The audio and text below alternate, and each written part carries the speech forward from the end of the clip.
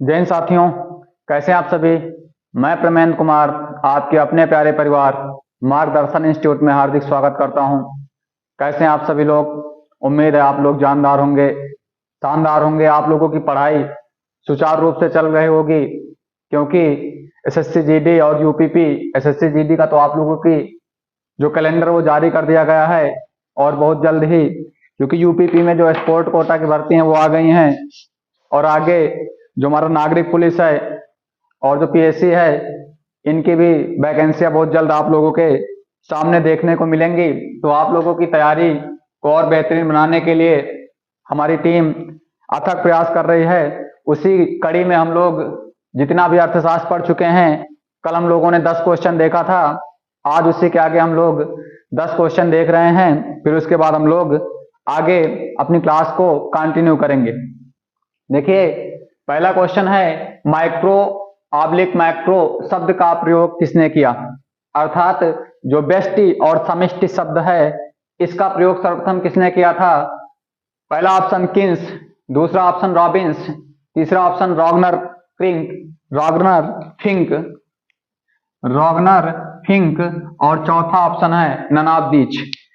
देखिए, हमने बताया था जो अर्थशास्त्र होते हैं, एक व्यष्टि होता है, एक समष्टि होता है। व्यष्टि जो होता है ये इसका क्षेत्र सीमित होता है, और जो समष्टि होता है उसका क्षेत्र थोड़ा उसकी अपेक्षा बड़ा होता है।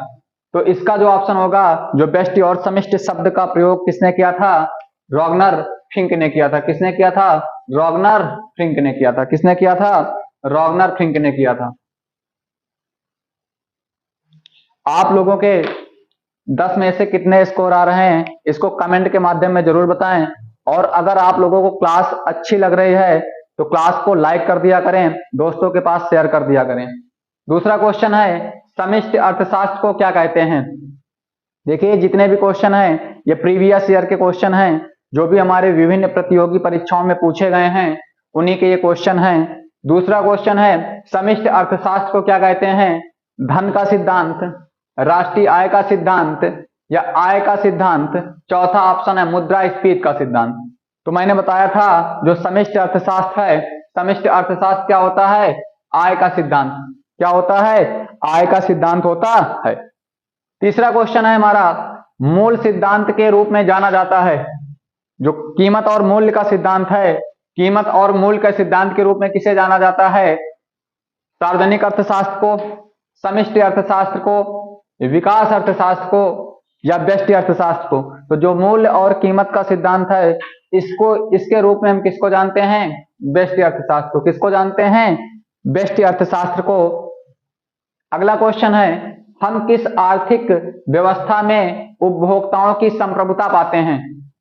मतलब कौन सा ऐसा अर्थव्यवस्था की क्षेत्र है जिसमें उपभोक्ता स्वतंत्र होता है। संप्रभुता का मतलब क्या होता है, स्वतंत्र। तो हमारा ऑप्शन है पहला समाजवाद, दूसरा है साम्यवाद। तो समाजवाद और साम्यवाद में तो उपभोक्ता में संप्रभुता नहीं पाई जाएगी, मिश्रित में भी नहीं पाई जाएगी, क्योंकि इसमें पूंजीवाद और समाजवाद दोनों रहते हैं। तो हमारा एक ही ऑप्शन है, कौन सा, पूंजीवाद। कौन सा ऑप्शन है, पूंजीवाद। अगला क्वेश्चन है, किस अर्थव्यवस्था में कीमत यंत्र के आधार पर निर्णय लिए जाते हैं।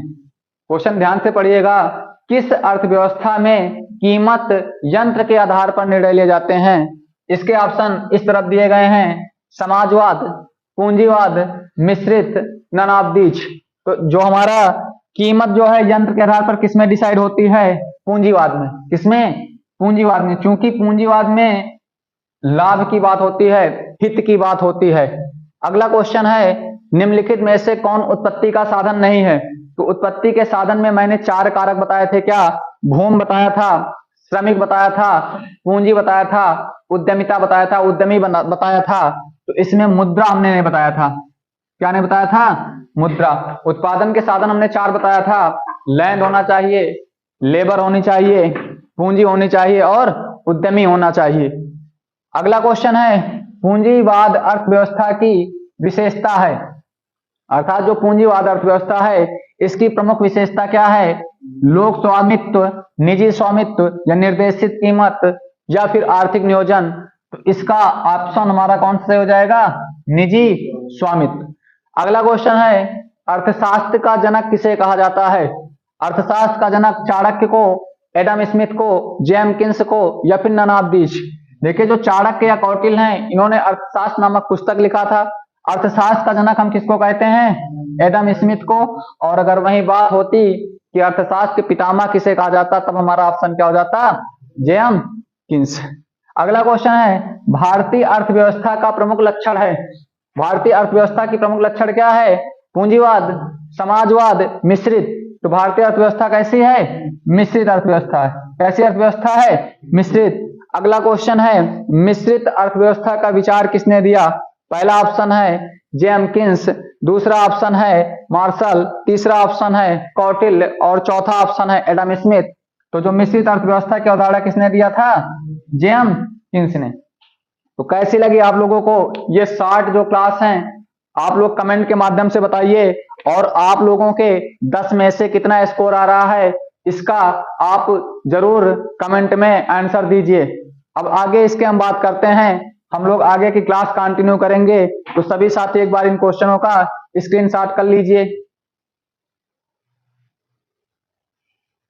आगे हम बात करते हैं, हम लोग अर्थशास्त्र का परिचय पढ़ चुके थे, अर्थशास्त्र के क्षेत्र पढ़ चुके थे, और हमारी अर्थव्यवस्था कैसी है इसका जिक्र भी हम लोग पिछली क्लासों में कर चुके हैं। तो ये जो कुछ क्वेश्चन थे, कल भी 10 क्वेश्चन कराए गए थे और आज भी 10 क्वेश्चन कराए गए हैं, जो विभिन्न प्रतियोगी परीक्षाओं में जितने टॉपिक हम लोग पढ़ चुके हैं उनमें से पूछे गए थे। आगे हम बात करते हैं, अपनी क्लास को कंटिन्यू करते हैं।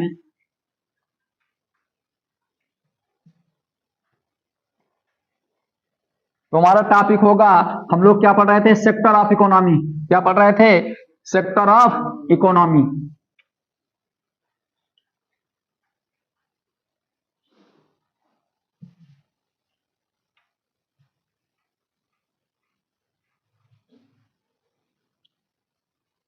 सेक्टर ऑफ इकोनॉमी में हमने क्या बताया था? कितने क्षेत्र होते हैं?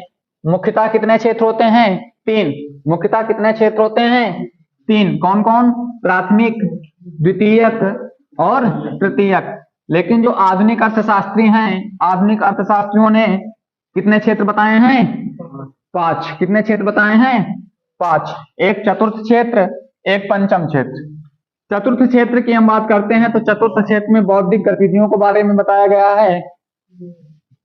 और वहीं पंचम क्षेत्र की बात हम करते हैं तो पंचम क्षेत्र में उच्च निर्णय लेने वाली संस्थाओं के बारे में बताया गया है। तो सेक्टर ऑफ इकोनॉमी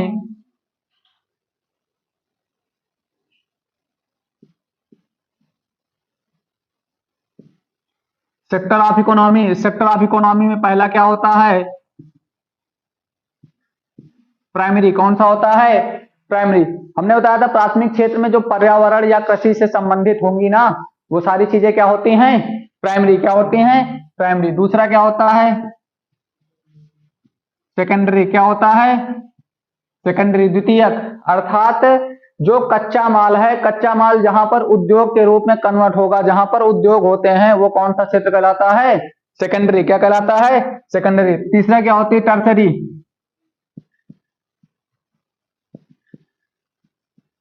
तीसरा क्या होता है? टर्सरी। टर्सरी का मतलब क्या होता है? तृतीयक क्षेत्र। क्या होता है?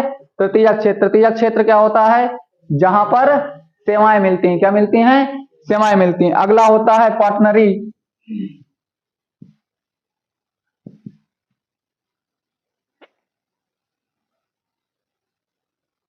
क्वाटरनरी, क्वाटरनरी क्षेत्र कौन सा होता है?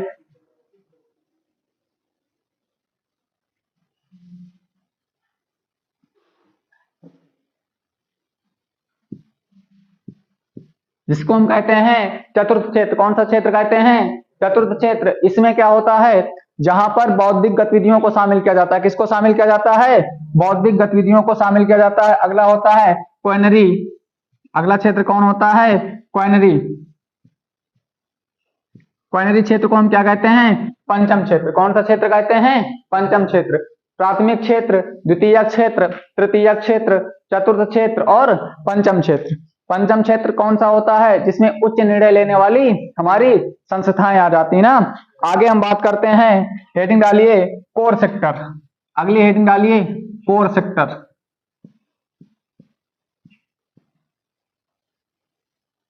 Core sector. देखिए कोर सेक्टर क्या होता है, देखिए एक अन्य सेक्टर होता है कोर सेक्टर। इन 5 के अलावा एक और अन्य क्षेत्र होता है कोर क्षेत्र। कौन सा क्षेत्र? कोर क्षेत्र। देखिए कोर क्षेत्र क्या होते हैं? जिन पर दूसरे उद्योग निर्भर होते हैं, जिन पर दूसरे उद्योग निर्भर होते हैं वो कौन सा क्षेत्र कहलाता है? Core sector. तो लिखिए जिन पर दूसरे उद्योग निर्भर रहते हैं, जिन पर दूसरे उद्योग निर्भर रहते हैं, निर्भर रहते हैं। सुनिए देखिए हमने क्या बताया कि जिन पर दूसरे उद्योग निर्भर रहते हैं, अर्थात इनके बिना कोई दूसरा उद्योग नहीं चल सकता, इनके बिना दूसरा उद्योग नहीं चल सकता, इनके बिना उद्योग नहीं चल सकता। तो ऐसे हमारे क्षेत्र, ऐसे हमारे जो चीज आती है वो किस क्षेत्र के अंतर्गत आएंगी?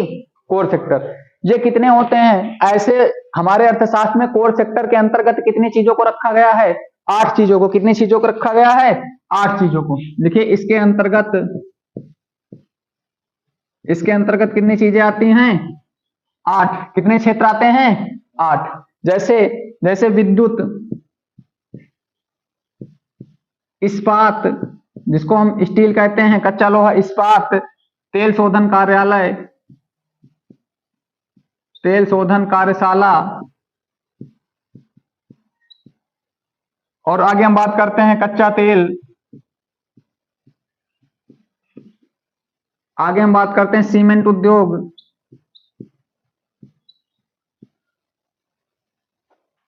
सीमेंट उद्योग,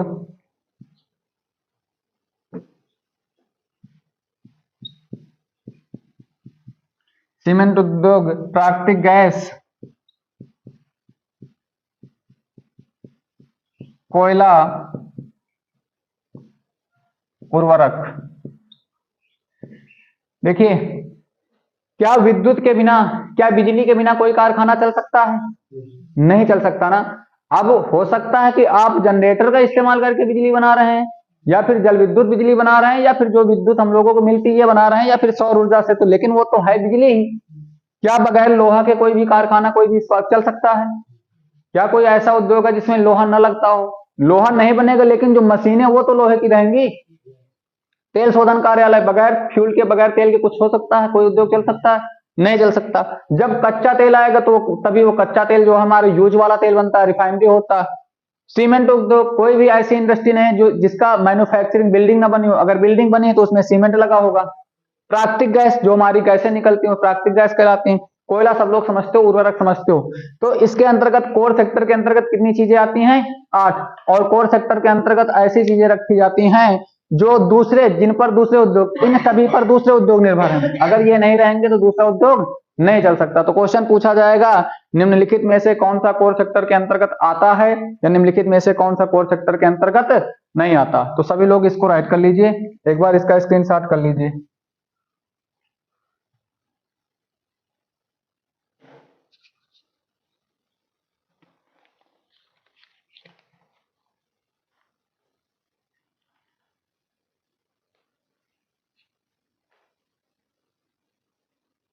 हमने ये चर्चा किया था कि जितने भी लोग हैं, जितने भी लोग प्राथमिक क्षेत्र के अंतर्गत कार्य करते हैं उनको हम क्या कहते हैं? Red collar job. क्या कहते हैं? Red collar job. और जो द्वितीय क्षेत्र के अंतर्गत कॉलर जो काम करते हैं उन्हें हम क्या कहते थे? देखिए अगर हम और थोड़ा डीपली इसका अध्ययन करें और गहनता से अध्ययन करें जो क्वेश्चन पूछे जाते हैं, तो तुम लोगों ने देखा होगा जैसे कहीं पर भी कोई मैन्युफैक्चरिंग या कोई किसी चीज का निर्माण हो रहा है तो उसमें विभिन्न प्रकार के कलर के हेलमेट लगाए जाते हैं। कोई पीला लगाया रहता है, कोई नीला लगाया रहता है, कोई लाल लगाया रहता है, कोई सफेद लगाया रहता है। तो उसका कहीं ना कुछ महत्व है, उसका कहीं ना कुछ महत्व है। जो इंजीनियर रहेंगे वो दूसरे कलर का हेलमेट लगाएंगे, जो श्रमिक हैं वो दूसरे कलर का लगाएंगे ना। तो हम लोग इसका गहनता से अध्ययन करते हैं। ये कोर सेक्टर राइट हो गया। ठीक, अगली हेडिंग हम लोग डालेंगे, अगली हेडिंग डालिए collar jobs. Collar jobs,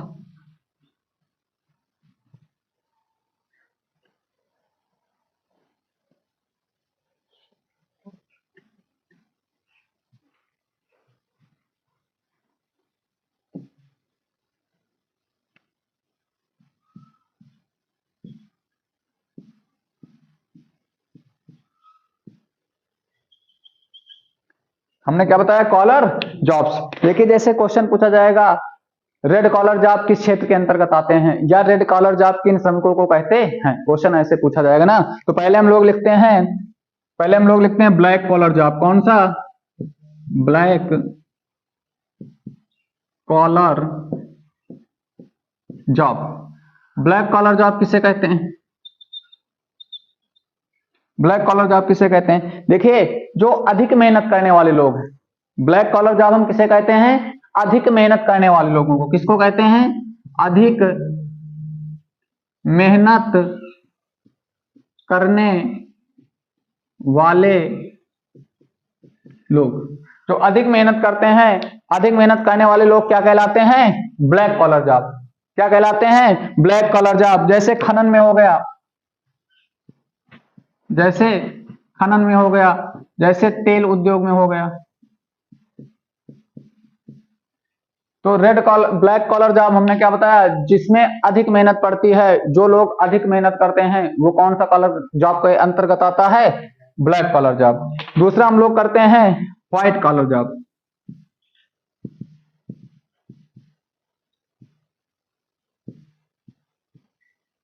white collar job, white collar job कौन सा होता है, देखिए जिसमें फिजिकल वर्क नहीं होता, जिसमें शारीरिक काम नहीं होता, जिसमें फिजिकल वर्क नहीं होता,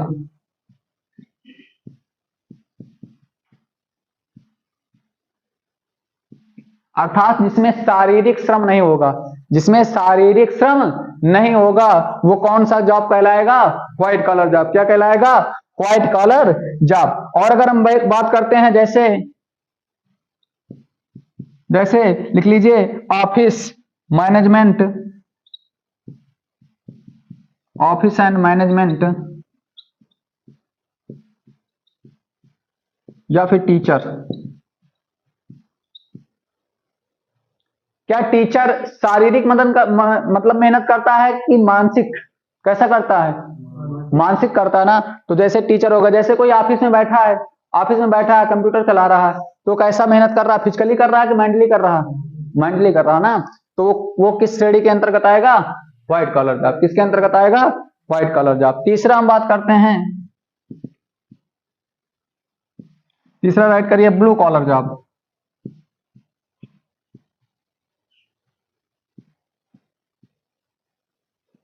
तीसरा राइट करिए ब्लू कॉलर जॉब।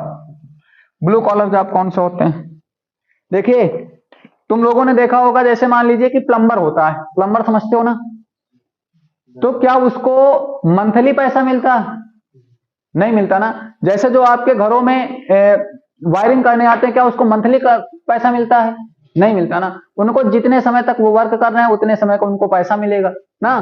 तो लिखिए इसमें नो मंथली सैलरी,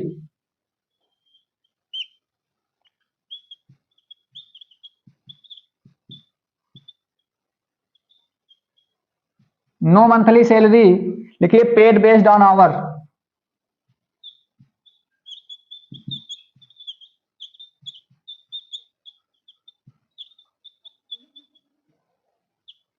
हमने क्या बताया कि इनकी मंथली सैलरी नहीं होती, और ये जितने घंटे वर्क करेंगे उतने घंटे को इनको पैसा दिया जाएगा। तो ऐसे जो श्रमिक होते हैं, ऐसे लोग जो होते हैं, वो किस कॉलर जॉब के अंतर्गत आएंगे, ब्लू कॉलर जॉब के अंतर्गत आएंगे। किसके अंतर्गत आएंगे, ब्लू। आगे हम करते हैं green collar job.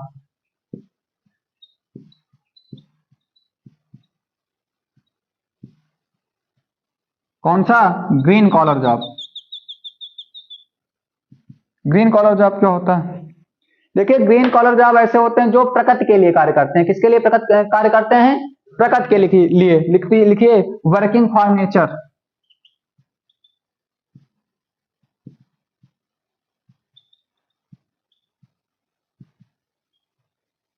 Working for nature. जो ग्रीन कॉलर जॉब हैं वो वर्किंग फॉर नेचर, अर्थात प्रकृति के लिए कार्य करते हैं। किसके लिए कार्य करते हैं, प्रकृति के लिए कार्य करते हैं। वहीं अगला हम बात करते हैं, लिखिए पिंक कॉलर जॉब।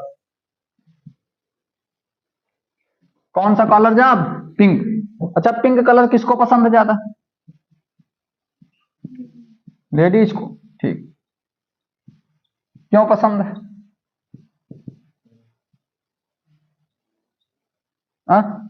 देखिए जो पिंक कलर है वो लड़कियों को पसंद है ना, तो जाहिर सी बात कि इसमें जो लेडीजें आती हैं ना, जो लेडीजें आती हैं वो रखी जाती है, जैसे नर्सेस, लिखिए नर्सेस या लाइब्रेरियन,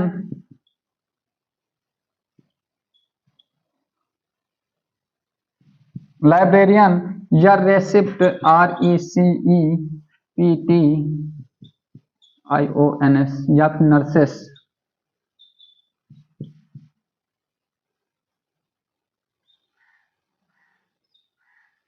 देखिए लाइब्रेरियन मतलब समझते हो, जो लाइब्रेरी में देखिए आजकल क्या होता है, आप किसी भी रिसेप्शन में जाओ, जहां पर फीस जमा, जैसे आप स्कूल में गए या फिर आप कहीं पर गए, किसी फैक्ट्री में गए, तो जहां आपकी सारे डॉक्यूमेंट जमा होंगे, या कॉल सेंटर पे जाओ, जहीं पर जाओ, तो वहां पर लड़की बैठाई जाती है, लड़की रहती ना।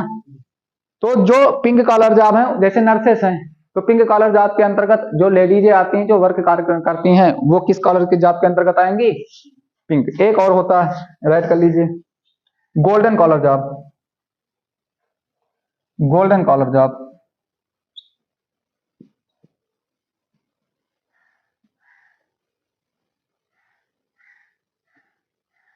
गोल्डन कॉलर जॉब,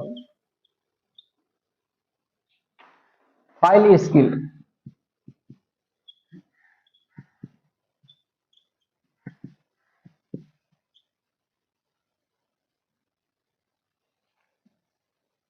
जिसके पास ज्यादा अभिरुचि होती है, जैसे जिसके पास हाईली स्किल्ड हो और जो उनकी सैलरी हो हाई सैलरी हो, जैसे तुम्हारा डॉक्टर हो गया, वो अपनी स्किल के पैसे लेते हैं, फीस आपसे लेते हैं, केवल देखने की फीस लेते हैं। वकील हैं, वकील क्या करते हैं, उनके पास अभिरुचि है ना, उनके पास ज्ञान है, उनके पास वो स्किल है, आपको केवल राय देने के लिए वो पैसे ले लेते हैं। आपका केस लड़ने के लिए उनको कुछ करना होता नहीं, करना होता ना। तो जो हाईली स्किल होते हैं इसके अंतर्गत लिख लीजिए, जैसे डॉक्टर हो गया, लॉयर हो गया, डॉक्टर हो गया, लॉयर हो गया, साइंटिस्ट हो गया, साइंटिस्ट हो गया। इतनी बात समझ में आई? ठीक। हमने बताया black collar job, black collar job के अंतर्गत अधिक मेहनत करने वाले लोग आएंगे। व्हाइट कॉलर जॉब, इसके अंतर्गत फिजिकली वर्क नहीं होगा। कैसा वर्क होगा? फिजिकली वर्क नहीं होगा, हाँ, जैसे ऑफिस और मैनेजमेंट और टीचर।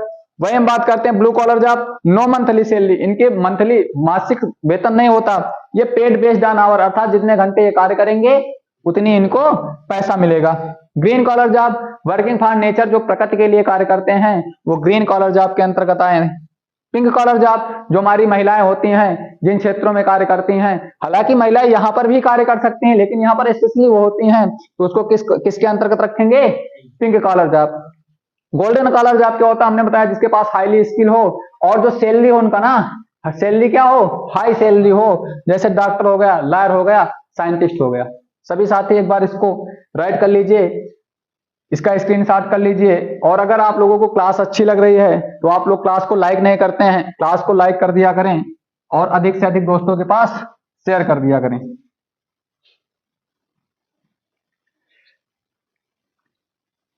ठीक, आगे हम बात करते हैं,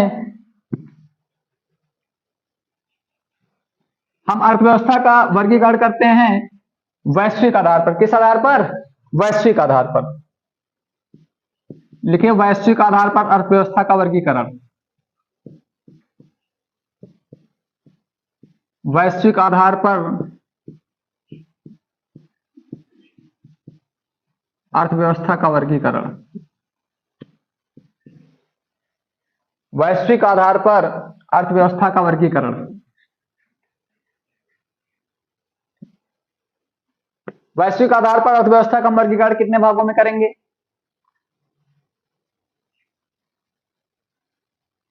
देखिए वैश्विक आधार पर अगर हम अर्थव्यवस्था का वर्गीकरण करेंगे तो दो भागों में करते हैं। कितने भागों में करते हैं? दो। एक होती है हमारी खुली अर्थव्यवस्था, एक होती है बंद अर्थव्यवस्था। एक कैसी होती है? खुली अर्थव्यवस्था, और एक कैसी होती है? बंद अर्थव्यवस्था। अर्थात विदेशी संबंधों के आधार पर, विदेशी संबंधों के आधार पर अगर हम अर्थव्यवस्था का वर्गीकरण करेंगे कितने भागों में करेंगे? दो भागों में। कितने भागों में करेंगे? दो। तो वैश्विक आधार पर अर्थव्यवस्था का अगर वर्गीकरण हम लोग पढ़ेंगे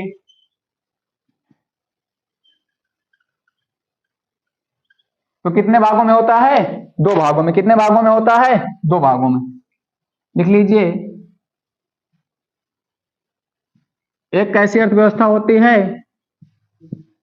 खुली अर्थव्यवस्था होती, एक कैसी अर्थव्यवस्था होती है, बंद अर्थव्यवस्था होती, एक खुली अर्थव्यवस्था होती है, एक बंद अर्थव्यवस्था होती। ठीक, देखिए खुली अर्थव्यवस्था क्या होती है, बंद अर्थव्यवस्था क्या होती है। देखिए खुली अर्थव्यवस्था ऐसी अर्थव्यवस्था होती है जिसमें आयात और निर्यात किया जाता है ना, हमने क्या बताया, जिसमें आयात और निर्यात को बढ़ावा दिया जाता है। जब आयात निर्यात होगा तो जाहिर सी बात कि अपना जो देश है वो प्रोग्रेस करेगा कि नहीं करेगा, करेगा। दूसरी चीज क्या होती है, देखिए अगर आप समझिए खुली अर्थव्यवस्था में हमने क्या बताया, आयात निर्यात होता है ना, आयात निर्यात होता है ना, और इसमें आयात और निर्यात नहीं होता, आयात और निर्यात नहीं होता। देखिए अच्छा बताइए कि कौन से अर्थव्यवस्था बेहतर है वैश्विक आधार पर, वैश्विक आधार पर विदेशी संबंध के आधार पर कौन सा देश बेहतर, कौन सी अर्थव्यवस्था बेहतर है, इसी को हम विदेशी संबंध कह सकते हैं, इसी को हम क्या कह सकते हैं, विदेशी संबंध, विदेशी संबंध के आधार पर।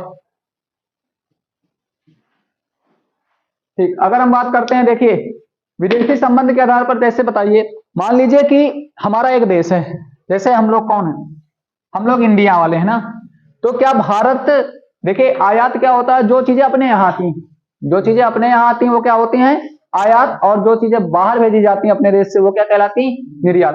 अच्छा सोचिए कि अगर हम लोग आयात निर्यात ना करें, आयात निर्यात अगर हम लोग ना करें तो क्या हम लोग की देश जो है, मान लो देश प्रगति की ओर जाएगा, नहीं जाएगा। देखिए इससे फायदा क्या होता है, कुछ चीजें ऐसी होती हैं जैसे उन्हें हम लोग खरीदने में हमको लोगों को फायदा, बनाने में नहीं, क्योंकि अगर उसको हम बना रहे हैं, अगर हम उसको बना रहे हैं तो उसमें श्रम ज्यादा लगेगा, समय ज्यादा लगेगा और उसकी कीमत बहुत कम है। तो दुनिया के सारे देश कैसी अर्थव्यवस्था के अंतर्गत आ गए हैं, खुली अर्थव्यवस्था। इसके पहले इसमें नॉर्थ कोरिया तुम्हारा आता था, क्या आता था, नॉर्थ कोरिया आता था, नॉर्थ कोरिया आता था। इसका मतलब अब वो भी नहीं है। पहले नॉर्थ कोरिया किसी के साथ व्यापार नहीं करता था, ना तो अपनी चीजें देता था और ना ही किसी से अपनी चीजें लेता था, लेकिन आज के समय में नॉर्थ कोरिया भी कुछ देशों के साथ व्यापार चालू कर दिया है। बात समझ में आई। जैसे आप खुली अर्थव्यवस्था नहीं रखेंगे, एक बार इमेजिन करिए कि अगर आप खुली अर्थव्यवस्था नहीं रखेंगे तो आपको छोटी से छोटी चीज भी अपने देश में बनानी पड़ेगी, बनानी पड़ेगी नहीं बनानी पड़ेगी, क्योंकि जो हमारी जरूरतें हैं उनको पूरी करने के लिए तो हमको वो प्रोडक्शन करना ही पड़ेगा, वो उत्पाद तो बनाना ही पड़ेगा। इससे क्या होता है, जब आयात निर्यात को बढ़ावा दिया जाता है तो कुछ चीजें जिसकी स्किल हम लोगों के पास ज्यादा बेहतर है उसको हम लोग बना के दूसरों को देते हैं, और हम लोगों के पास जिसकी स्किल नहीं है, जिसमें समय ज्यादा लग रहा है या जो हमारे पास नहीं है, उसको हम लोग क्या करते हैं, क्या कर लेते हैं, आयात कर लेते हैं, और जो चीज अपने पास उसको हम लोग क्या करते हैं, भेज देते हैं, निर्यात करते हैं। तो वैश्विक आधार पर अर्थव्यवस्था को कितने भागों में बांटा गया है, दो, और इसी को हम क्या कहते हैं, विदेशी संबंध के आधार पर। तो विदेशी संबंध या वैश्विक आधार पर अर्थव्यवस्था को कितने भागों में बांटा गया है, दो। अच्छा क्या बताओ, ये क्या दुनिया का कोई ऐसा देश है जो बंद अर्थव्यवस्था अपनाए, नहीं अपनाया। अब कोई भी देश बंद अर्थव्यवस्था को नहीं अपनाए है, सभी देश अन्य देशों के साथ वो अपना आयात निर्यात व्यापार चालू रखें, अपना व्यापार चालू रखें। तो बंद अर्थव्यवस्था पहले कौन सा देश अपनाया था, नॉर्थ कोरिया, उत्तर कोरिया, लेकिन आज के समय में नॉर्थ कोरिया भी कुछ देशों के साथ अपना व्यापार प्रारंभ कर चुका है। ये इतनी बात समझ में आई। ठीक, इसका एक बार स्क्रीनशॉट सभी लोग ले लीजिए।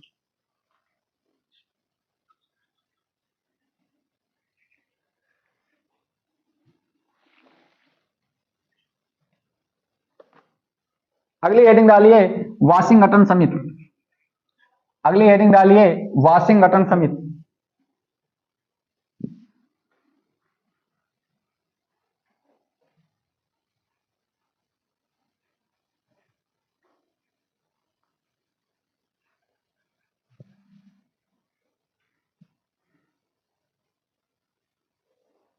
अगली हेडिंग डालिए वाशिंगटन समिट। आगे हम बात करते हैं, देखिए इसमें से क्वेश्चन क्या पूछे जाएंगे। वाशिंगटन समिट, वाशिंगटन समिट को किसने दिया, पहला क्वेश्चन। तो वाशिंगटन जो समिट थी इसके बारे में किसने बताया। हाँ, एक अमेरिकी अर्थशास्त्री थे, उनका क्या नाम था, जॉन विलियमसन। किसने बताया, जॉन विलियमसन। तो जो वाशिंगटन समिट थी, देखिए ये वाशिंगटन समिट ने क्या बताया, आगे हम बात करते हैं। देखिए आगे क्या लिखा, अंतरराष्ट्रीय मुद्रा कोष, विश्व बैंक और अमेरिकी डिपार्टमेंट ऑफ ट्रेजरी, अर्थात इन तीनों लोगों ने, ध्यान दीजिएगा इधर, अंतरराष्ट्रीय मुद्रा कोष, विश्व बैंक और अमेरिकी डिपार्टमेंट ऑफ ट्रेजरी, ये तीनों मुख्यालय, इन तीनों के हेडक्वार्टर कहाँ, अमेरिका में। कहाँ है, तो जितने भी विकासशील देश इनसे पैसा लेने जाते थे अपने देश की प्रगति के लिए, जितने भी देश इन तीनों संस्थाओं पर या इनमें से किसी के पास पैसा लेने जाते थे तो वो एक सुझाव देते थे। क्या सुझाव देते थे, जो भी सुझाव देते थे वही क्या थी, वाशिंगटन समिट के सुझाव थे। वही क्या थे, वाशिंगटन समिट के सुझाव थे। अर्थात अपने देश की प्रगति के लिए अगर कोई भी विकासशील देश अंतरराष्ट्रीय मुद्रा कोष या विश्व बैंक या अमेरिकी डिपार्टमेंट ऑफ ट्रेजरी के पास पैसा लेने जाता था तो वहां पर कुछ सुझाव दिए जाते थे, और ये जो भी सुझाव दिए जाते थे वो किसके सुझाव होते थे, वाशिंगटन समिट के। किसके सुझाव होते थे, वाशिंगटन समिट के। तो यहां से दो क्वेश्चन है, वाशिंगटन समिट का सुझाव किसने दिया, जॉन विलियमसन। और इसका सुझाव की प्रेरणा, इसके सुझाव के बारे में कौन कौन सी संस्थाएं बताती थी, एक अंतरराष्ट्रीय मुद्रा कोष थी, एक विश्व बैंक थी और एक अमेरिकी डिपार्टमेंट ऑफ ट्रेजरी। देखिए इसने क्या क्या सुझाव दिया, ब्याज दर उदारीकरण, अर्थात इन्होंने कहा जो ब्याज दर है उसको ऐसा बनाओ, उसका जो उदारीकरण अर्थात उसको एकदम निम्नतर स्तर पर बना दो, उसको निम्नतर स्तर पर बना दो। वित्तीय अनुशासन, जो रुपया पैसा है ना उसको एक बेहतरीन ढंग से लागू किया जाए ना, उसको एक अनुशासित तरीके से लागू किया जाए। तीसरी चीज क्या बताया, प्रतिस्पर्धा पूर्ण विनिमय दर, अर्थात विनिमय, विनिमय मतलब होता है खरीदना बेचना ना, उसमें प्रतिस्पर्धा होनी चाहिए। जाहिर सी बात है कि अगर आप मान लीजिए आप दो लोग हो, मान लीजिए दो लोग हो, देखिए एक ए कंपनी है एक बी कंपनी है, तो अगर इनमें प्रतिस्पर्धा हो रही ना, अगर इनमें कंपटीशन है ना, अगर इनमें कंपटीशन है तो जाहिर सी बात है कि इसमें गुणवत्ता में सुधार होगा। गुणवत्ता में सुधार होगा कि नहीं होगा, गुणवत्ता में सुधार होगा। आगे बात करते हैं कर सुधार, अर्थात जो भी टैक्सेस हैं उनमें सुधार की जरूरत है, जो भी आपसे टैक्स लिए जाते हैं उनमें सुधार की जरूरत है। आगे बताया गया प्रत्यक्ष विदेशी निवेश में प्रवाह का उदारीकरण, अर्थात जो सीधे तरीके से किसी देश में आप निवेश कर रहे हैं, सीधे तरीके से अगर आप किसी देश में निवेश कर रहे हैं तो वहां पर निवेश की प्रक्रिया को एकदम सरल बना दी जाए, एकदम सरल और सुलभ बना दी जाए। निजीकरण, निजीकरण आप लोग समझते ही हो ना। आगे बात करते हैं संपत्ति अधिकारों की सुरक्षा, अर्थात जो भी हमारी संपत्ति, हमारे जो अधिकार, उसकी सुरक्षा दीजिए। मान लीजिए कि आपके यहाँ कोई एक व्यक्ति उद्योग डाल रहा है तो उसकी संपत्ति आपके देश में है तो यह आपकी भी सुरक्षा है कि आप उसकी संपत्ति की सुरक्षा का दायित्व आपका है। आगे विनिमय, देखो लिखा है नियमों एवं कानूनों को आसान बनाकर, अर्थात जो आपकी खरीद और बिक्री कर रहे हो तो खरीदने और बिक्री का जो भी नियम है वो बहुत सरल बनाओ। कर प्रवेश एवं आसान बनाकर, कर प्रवेश, कर का मतलब होता है टैक्स। देखिए लिखा है नियमों एवं कानूनों को आसान बनाकर, अर्थात आपने जो खरीदारी या आप जो बेच रहे हैं उसका नियम बहुत आसान हो। और कर प्रवेश, जो भी टैक्सेस होते हैं, कर प्रवेश एवं निकास बाधाओं, अर्थात आपको रुपया पैसा जो निकालना होता है, जो आपको कर देना होता है, उसकी बाधा को दूर किया जाए। आगे क्या लिखा, सार्वजनिक खर्च की प्राथमिकता में परिवर्तन। सुनिए, आपके जो सार्वजनिक खर्च हैं, अर्थात जैसे आपके जो भी डेली वाले वर्क हैं, जो भी डेली के खर्च हैं, आप इनको सीमित करें, आप इनको दायरा घटाएं और अपना खर्च जो मूलभूत आवश्यकताएं हैं, जैसे हमारी शिक्षा हो गया, स्वास्थ्य हो गया, जिससे आपको आगे प्रोग्रेस करो, आगे डेवलप हो, उसमें अपना पैसा खर्च करो। अर्थात सार्वजनिक खर्च आप घटाइए। 3 टाइम आप जैसे मान लीजिए खा रहे हो तो 3 टाइम में 2 टाइम खाना खाओ, यह आपका सार्वजनिक है, लेकिन आप अपने बच्चे को या खुद स्वयं शिक्षित बनिए। आगे क्या लिखा है, बस इतने ही हमारे हैं। तो देखिए इसमें से ये जो दिए गए हैं इसमें से कोई एक पूछा जा सकता है, निम्नलिखित में से कौन सा वाशिंगटन समिट का सुझाव है, या निम्नलिखित में से कौन सा वाशिंगटन सुझाव के समिट के अंतर्गत नहीं आता। और ये किसने दिया था, अमेरिकी अर्थशास्त्री जॉन विलियमसन। इसके आगे 2 हमारे और हैं, इसको हम पढ़ेंगे कल, इसको पढ़ेंगे, उन दोनों लोगों को जो भी हमारी हैं सुझाव उनको पढ़ेंगे कल। तो अगर आप लोगों को क्लास अच्छी लगे तो क्लास को लाइक कर दिया करें, वीडियो को अपने दोस्तों के पास भेज दिया करें, तथा अधिक से अधिक चैनल को सब्सक्राइब कराइए जिससे आप लोगों को लाइव क्लासें मिल सकें। और कोई भी डाउट अगर आप लोगों को रहता है तो कमेंट में जरूर बताएं। जय हिंद, जय भारत।